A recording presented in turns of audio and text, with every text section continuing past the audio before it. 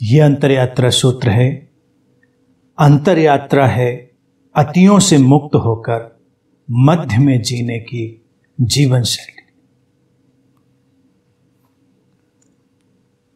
अंतरयात्रा सही अर्थों में देखा जाए तो वो एक जीवन शैली ही है।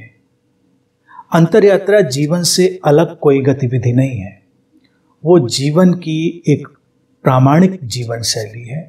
और ये सूत्र कहता है कि अतियों से मुक्त होकर मध्य में जीने की जीवन शैली। हमारा जीवन अतियों में यात्रा करता है। हम किसी न किसी अति में जाना चाहते हैं, किसी न किसी एक्सट्रीम में जाना चाहते हैं, और वही जीवन में असंतुलन का सबसे बड़ा कारण है। हमको अतियों को समझना है, समझ कर ही उनसे हटना होगा। अचानक उनसे हटने का कोई उपाय नहीं है। अतियों को पहले समझना होगा कि हम अति पर क्यों जा रहे हैं, क्या है जो हमें खींच रहा है उस अति की तरफ, और फिर हम मध्य में ठहर जाएंगे। ये मध्य में जीने की जो जीवन शैली है, इसकी उद्घोषणा तमाम बुद्धों ने की। लाओ त्से ने मध्य में जीने की जीवन शैली की उद्घोषणा की, बुद्ध ने की, और सही अर्थों में देखा जाए तो परोक्ष अपरोक्ष रूप से सारे बुद्धों ने करी। मध्य अर्थात संतुलन, और इसी मध्य से ही सारे जो कीमती शब्द हैं वो बने हुए हैं, जैसे समाधि, संबोधि, ये सारे शब्द स्तंभ से बने हुए हैं। जब हम सम हो जाते हैं अर्थात संतुलित हो जाते हैं, अर्थात मध्य में आ जाते हैं, वो मध्य में आना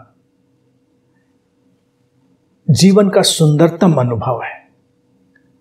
और एक बार जब वहां आ जाएं तो वहां से जीना प्रारंभ करें, वो जीवन शैली में बन जाए।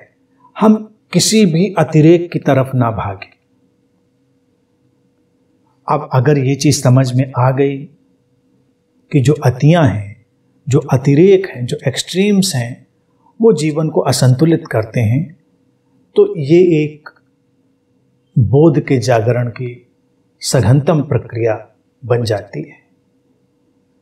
अतियां इसलिए खींचती हैं क्योंकि मन की जो संरचना, जो कंडीशनिंग अभी तक हमने बनाई हुई है, वो इसी तरह की बनी हुई है।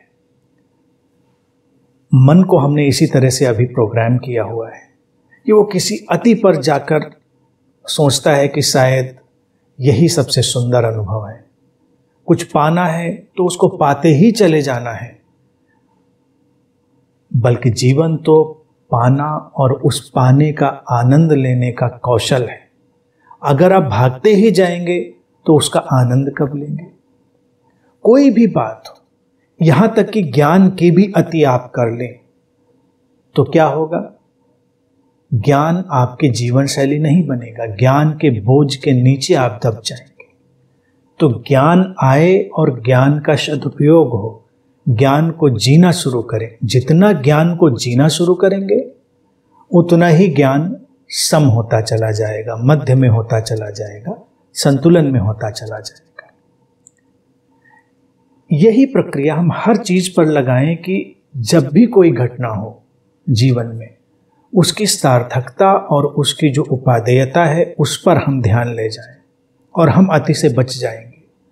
अति हमारी पुरानी जीवन शैली के कारण आ रही है, लेकिन नई सचेतन जीवन शैली जब हम उसमें डालेंगे, हम जागरूक हो जाएंगे उस अति की तरफ जाने की जो मन की प्रक्रिया है उसके प्रति, तो मन ठहराव में आएगा। क्योंकि ये भी एक हमारे अंतर मन की अंतर्निहित संभावना है। हालांकि प्रसुप्त है, सोई हुई है, लेकिन ये और गहरी संभावना है मध्य में संतुलन। प्रतिदिन ये जो दिन रात का चक्र चल रहा है, विश्राम में जब हम जाते हैं, हम निद्रा में जब जाते हैं, तो यही मध्य घट जाता है।